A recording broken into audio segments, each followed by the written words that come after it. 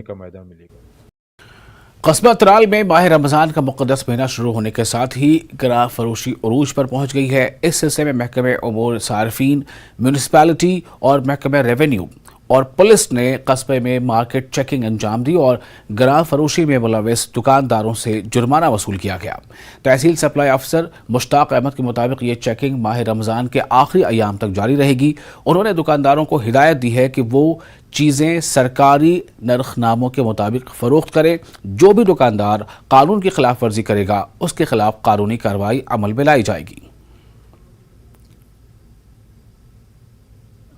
कर रहे हैं कि जो मतलब गिराम बाजारी ना हो, तो जो भी यहाँ पे रेट्स हैं सरकारी जो मतलब रेट्स हैं जो सरकार ने बनाई है उसी पे ये मार्केट चले। कोई मतलब किसी किस्म का कोई गिराम बाजारी ना हो, लोगों को कोई दिक्कत ना हो, और जो रेट सरकार ने ये बनाई है उसी रेट के हिसाब से लोगों को हर एक चीज़ मिले, चाहे वो फ्रूट हो, चाहे वो सब्जी हो, वेजिटेबल हो, चाहे रोटी हो, चाहे दूध हो, चाहे कोई भी चीज़, खाने पीने की कोई भी चीज़ हो। देखा कि जहाँ भी हमने देखा कि कहीं पे किसी ने कोई वायलेशन की है रेट्स की, तो हमने उनको बाज़ाब्ता हमने उनसे जुर्माना वसूल किया, उन्हें मुतनब्बा किया कि आगे से ऐसा ना करें।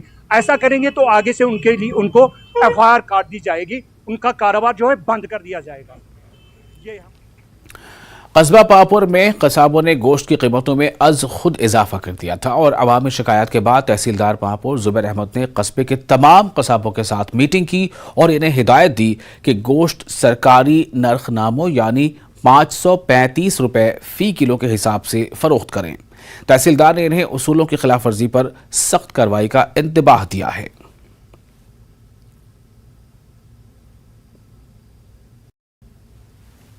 के पेश नज़र हमें बहुत सारी शिकायत मौसूल हो रही थी कि पापुर टाउन और मुल्का इलाकों में मटन काफ़ी हाई रेट्स पे भेजा जा रहा है। तो इस ज़िम्न में आज हमने तमाम मीट शॉपर्स को यहाँ पर बुलाया था और उनको सख्ती से ताकीद की गई है कि जो गवर्नमेंट की अप्रूव्ड रेट्स है मटन के ज़िम्न में 535 रुपये, उसके बगैर अगर हमें कहीं से भी कोई शिकायत मौसूल हुई तो उनके खिलाफ सख्त से सख्त कार्रवाई की जाएगी।